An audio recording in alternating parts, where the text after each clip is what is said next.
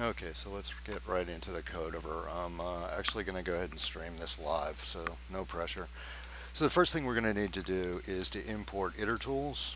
And the reason for that is that we're going to need to do lots of logical stepping. You'll see what I mean here in a minute. So we'll import the library called itertools. And the first variable we need is going to be the holder for the tiles. So we're going to have that as a rack, and we're just going to set that to whatever the user inputs, or inputs even. And we'll give them a little prompt. Please enter 9 letters. Make sense? Okay. And then we need a variable for candidates, and candidates is going to be the variable that holds the possibles, right? So we'll set that to an empty set for right now. Just initialize it like that. The very next thing we need is a score for each word. So we'll define, I don't know, we'll call it compute score. We'll define compute score, and we're going to have that act on the word object and terminate this line. And we're going to have that, really simply, we just want the length of word, so we'll have it return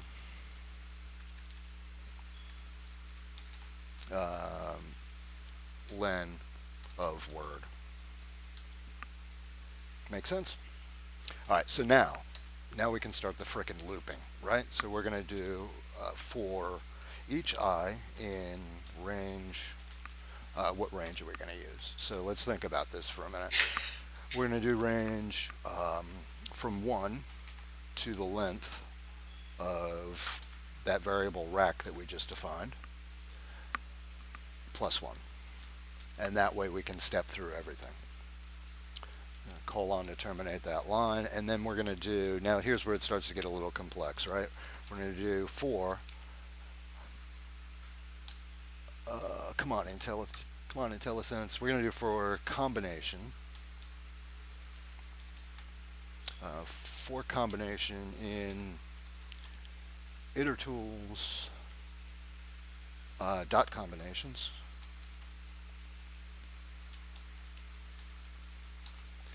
In itertools dot combinations, and we're going to have that act on rack out to I. Terminate the line with a colon. Why does IntelliSense not like that?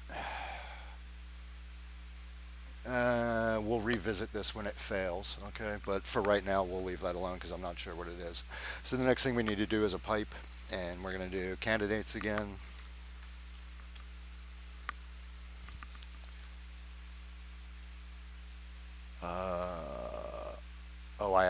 Okay, yeah, I misdefined that variable. Let's refactor that to candidates. There we go. Okay, much better. So now we'll do a pipe on that, right? Oops.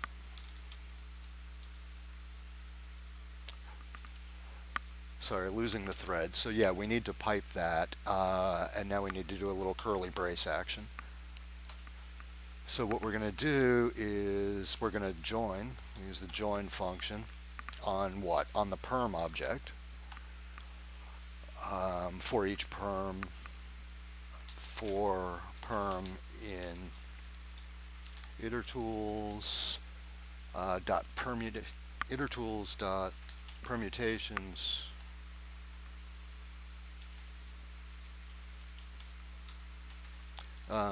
itertools.permutations and then combination. I'll explain that in a minute. Okay, I didn't misspell anything, amazingly. Okay, cool. So what we're doing is we're going to loop through each one of these in rack, and we're going to do all possible permutations of all 9. So that's 9 factorial. So we're just logically stepping through the entire thing as an array, if that makes sense. So very next thing that we need to do is we need to open that file. So let's get that file open. So we'll do with open and we called that, what the hell was that called? It was dictionary. Dictionary.text. So that's a call to open dictionary.text, and we'll open that as a file, so as f. And now let's do the magic, right? So we'll do dictionary, and we're going to have to do a word strip here, right? So we don't have upper and lower case and all that other funky shit. So let's get rid of all of that. So we'll do word dot strip, and we're going to have that act on whatever each one as it comes up in the queue, and we'll do that to lower for every word in F. Easy peasy, right? Okay, cool. Almost home and dry. Only a couple of other things that we need to do. So let's define some other variables, right? So let's do correct. We'll do correct words. And correct words is going to equal dictionary plus what? Plus candidates, right? Awesome. And then, okay, so we've got that, oops, typo. Better. Okay, so now we've got that set, so let's act on it. So we'll do correct words again. So there's our correct words. And now that's going to be equal to, we need to do a little logic. So it's going to be equal to word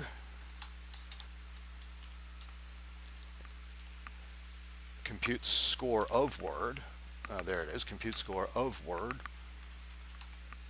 I love how IntelliSense works sometimes. Gives me hope and then fails me completely. So word compute score upon word, and for each word in correct words. So we're going to do for word and correct words. And yep, correct words. Awesome. That is functional code. And the very last thing that we need to do is the Lambda sort. So if you're familiar with the Lambda sort, you'll know this. If not, we'll do correct words, and then we're going to sort that. And, whoops. So we'll do the key first. And the key, obviously, in this case is going to be the lambda. And the lambda of what? We're going to have that act on word. The lambda of word. I think I need a colon there, not two colons, moron, one colon. And then word, and we'll give it the index starting with 1. And we need this reversed, so we'll just do reverse, whoops, bollocks.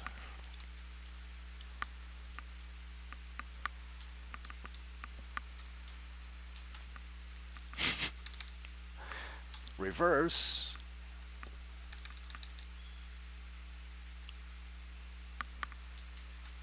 remember that thing where you just look at a word and it doesn't look right? And IntelliSense doesn't like it either. R-E-V-E-R-S-E. R-E-V-E-R-S-E. That's right. I don't know what you're on about, IntelliSense. Reverse is going to equal the Boolean true. All right, cool. All right, almost there.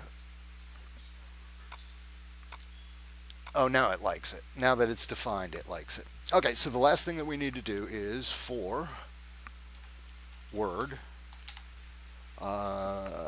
So for word score in current words,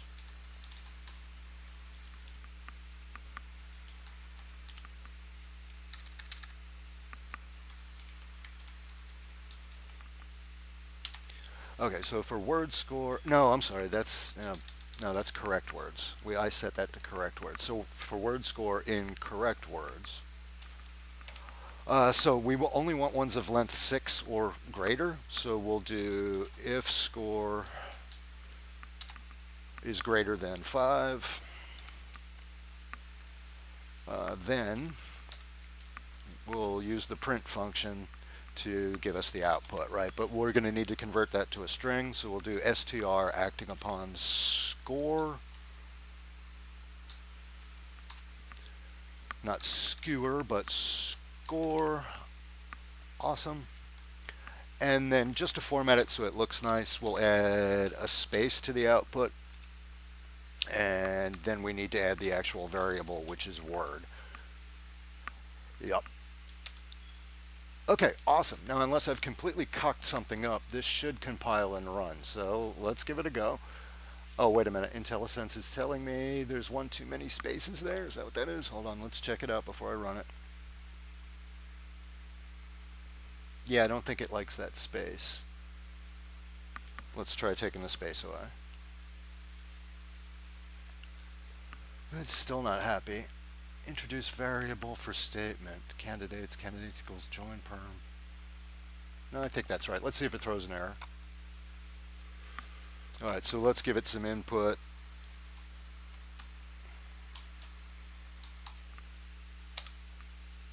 And finished with exit code 0. Hot damn, it runs.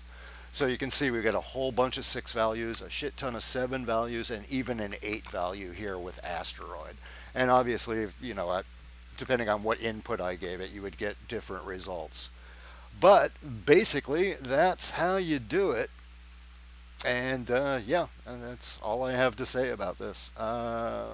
As always, I've been the IT guy. You've been whoever the fuck you are. If you have any questions, leave them down in the doobly-doo, and talk to you later.